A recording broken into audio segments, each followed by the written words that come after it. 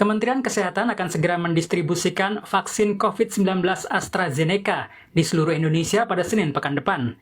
Juru bicara vaksinasi COVID-19 Kemenkes, Siti Nadia Tarmizi menyebut, vaksin ini memiliki efikasi atau daya guna sebesar 62,1%, melebihi standar yang ditetapkan Badan Kesehatan Dunia WHO. Artinya, produk ini sudah pasti dijamin keamanannya untuk digunakan kepada seluruh masyarakat Indonesia, termasuk kepada masyarakat yang memiliki usia di atas 60 tahun ke atas. Sementara Badan Pengawas Obat dan Makanan (BPOM) telah mengkaji hasil investigasi atas penggunaan vaksin COVID-19 AstraZeneca. Kajian dilakukan berdasarkan laporan terjadinya penggumpalan darah setelah pemberian vaksin.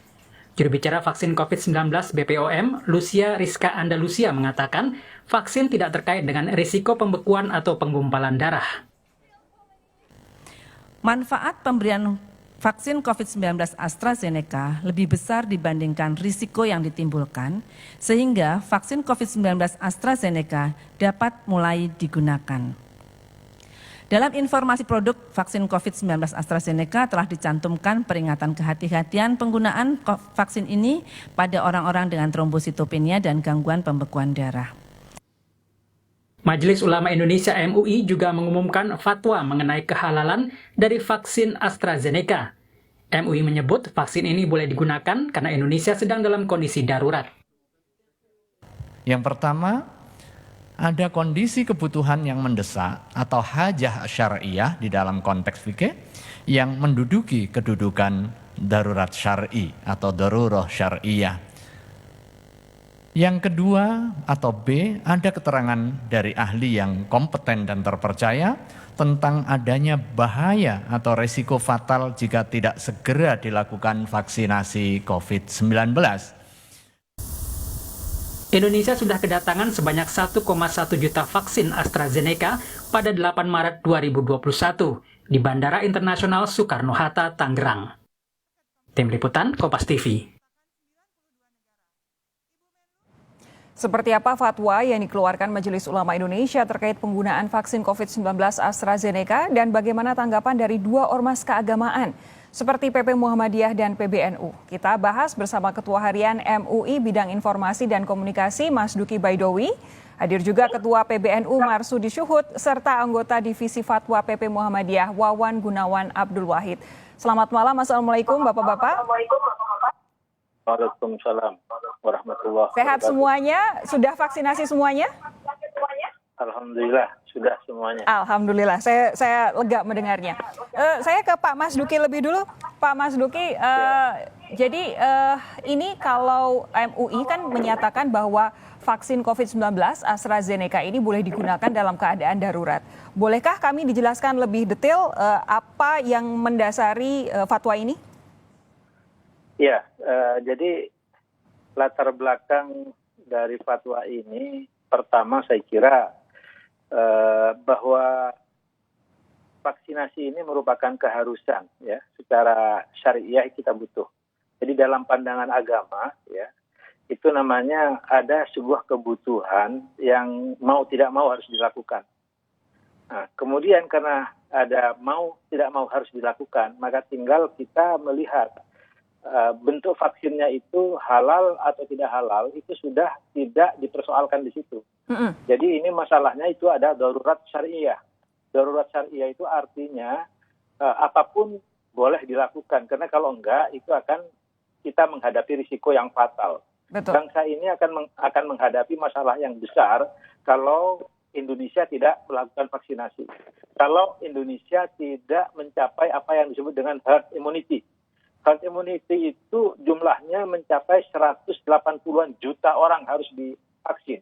Sehingga di sini kita berbicara bukan lagi soal halal dan tidak halal, haram dan tidak haram, bukan itu masalahnya. Tapi masalahnya bagaimana kedaruratan ini harus ditempuh lewat satu cara bagaimana agar vaksinasi bisa efektif dan bisa tercapai herd immunity. Sehingga secara syariah ini sudah tidak ada masalah.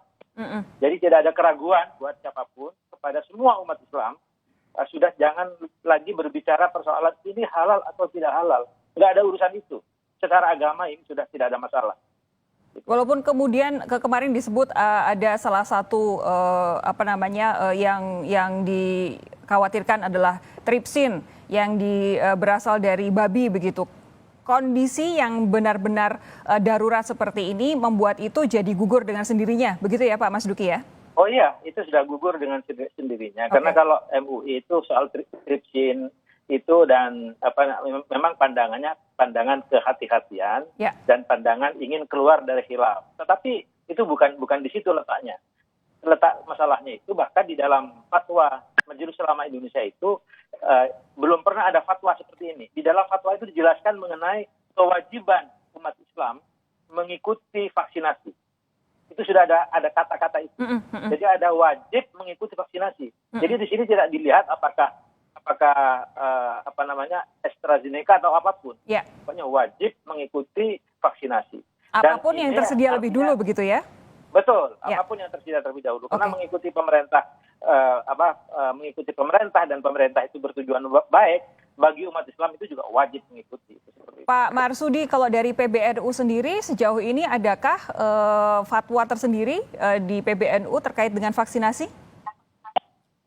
Untuk fatwa vaksinasi semacam ini memang dulu pernah PBNU membahas tentang vaksin meningitis. Ya. Dalam kasus vaksin meningitis juga sama. Sesungguhnya bahwa yang terpenting yang dilihat dari sini, yang diutamakan yang mana sih jika terjadi ada dua hal yang mungkin kelihatannya adalah bertentangan satu sama lain. Itu ditimbang-timbang dalam ahli fatwa, baik oleh lembaga Bahsul Masail Nahdlatul Ulama itu, pandangan yang paling utama dalam kedaruratan itu adalah hifdzun nafsi, menjaga jiwa. Karena hifdzun nafsi min a'dzomi maqasidus syariah. Bahwa menjaga jiwa itu adalah tujuan paling utama, paling besar dari hukum-hukum, tujuan hukum syariah. Oke. Nah, karena menjaga jiwa itu lebih utama, maka ketika seperti sekarang pemerintah hanya mempunyai vaksin yang bisa kita manfaatkan, ada dua produk vaksin. Sementara kebutuhannya itu adalah sangat banyak dan menjaga jiwa adalah termasuk maqasid syariah yang paling utama, disitulah letaknya kebolehan. Ya.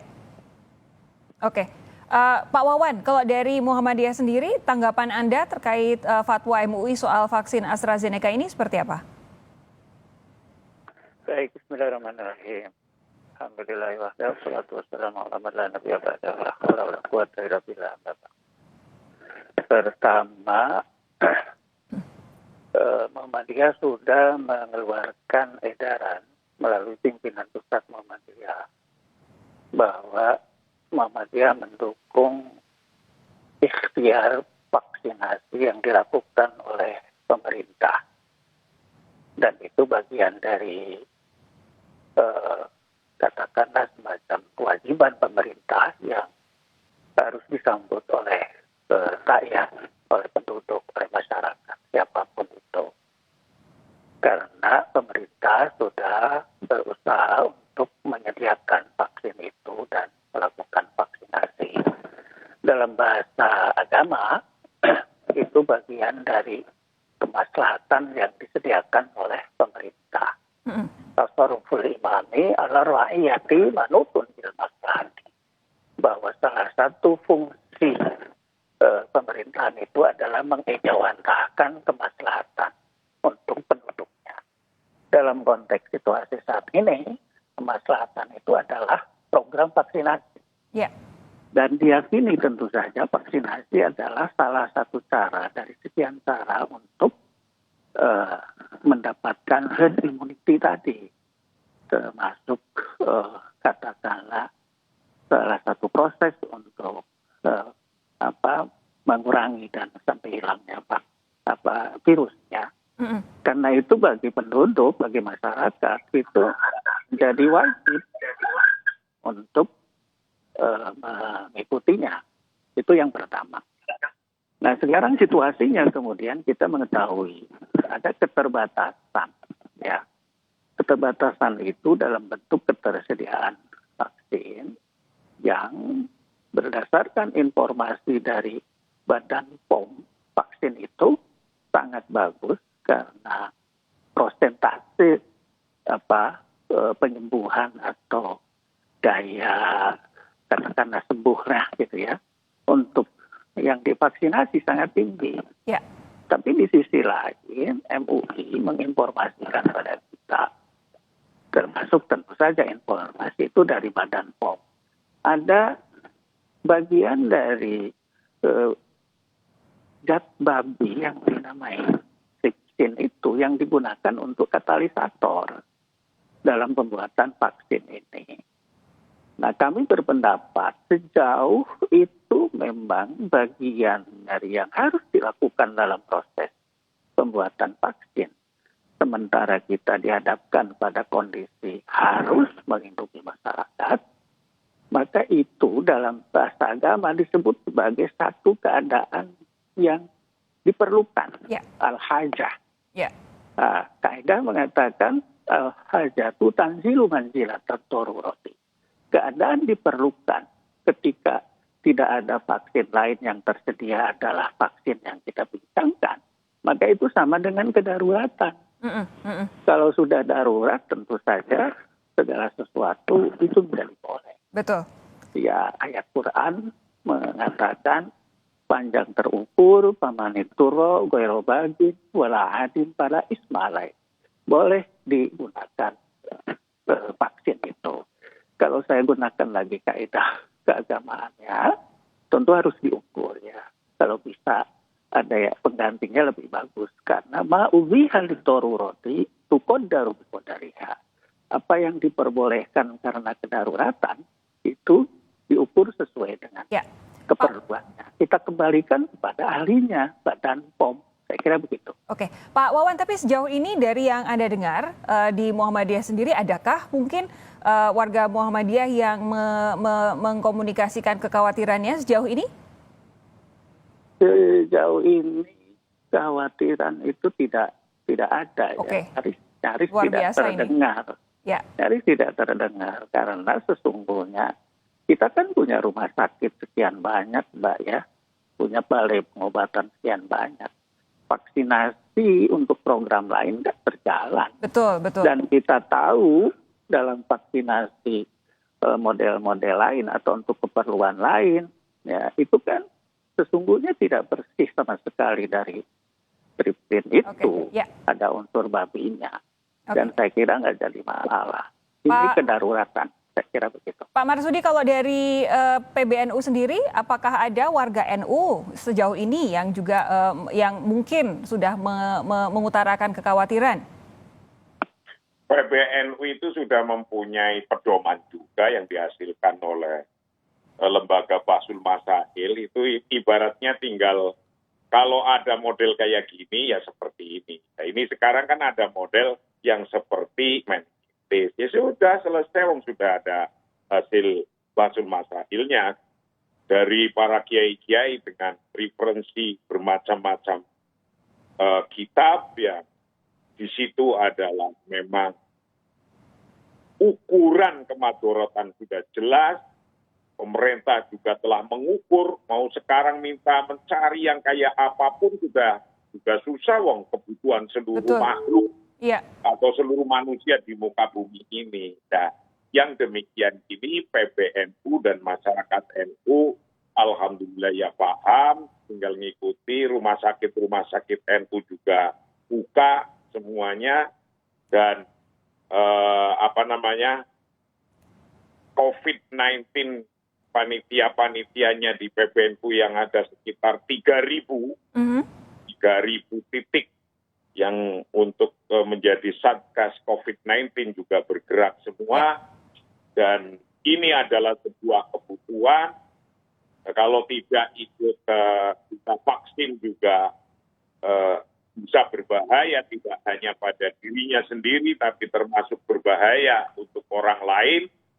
Maka disinilah letaknya, betapapun itu tadi ada polemik bahwa ada unsur dari pembawanya, ya pembawa vaksin ini istilahnya apa itu di BPOM. Namun itu semuanya menjadi jelas ketika agama itu sudah mengatur dan mengatakan bahwa hifdzunas itu a'dhamu min maqasid syariah. Menjaga jiwa itu ya harus diutamakan. Itu. Baik, Pak Marsudi, Pak Wawan, terima kasih atas waktu Anda malam hari ini dengan Sapa Indonesia Malam. Pak Mas Duki tetap bersama kami ya, kita akan lanjutkan perbincangan ini. Tapi saya harus mengucapkan terima kasih dulu Pak Wawan, Pak Marsudi, semoga sehat terus. Salam untuk teman-teman di PBNU dan juga di Muhammadiyah. Assalamualaikum warahmatullahi wabarakatuh. Saya akan nanti lanjutkan perbincangan saya dengan Pak Mas Duki, bergabung pula dalam dialog ini nanti Ketua Perhimpunan Alergi Imunologi Indonesia Iris Rengganis. Sesaat lagi.